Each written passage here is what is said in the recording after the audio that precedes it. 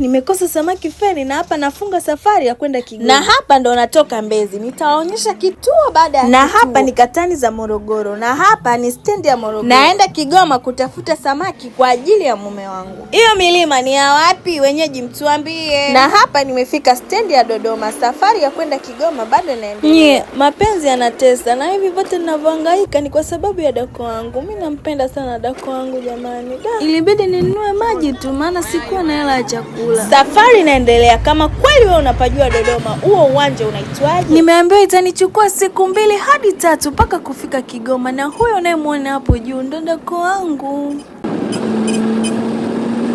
Jamani dako, naenda Kigoma kutafuta samaki kwa ajili yako, na unaiona safari ilivyokuwa ndefu. Naomba nikiwapata samaki ule tu.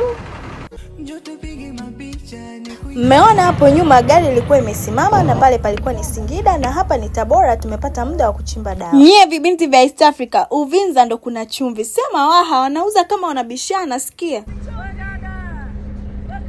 Sasa kaka nikupa chumvi. Haya nimezumu kabisa Uvinza Plaza hiyo hapo kama mjaona.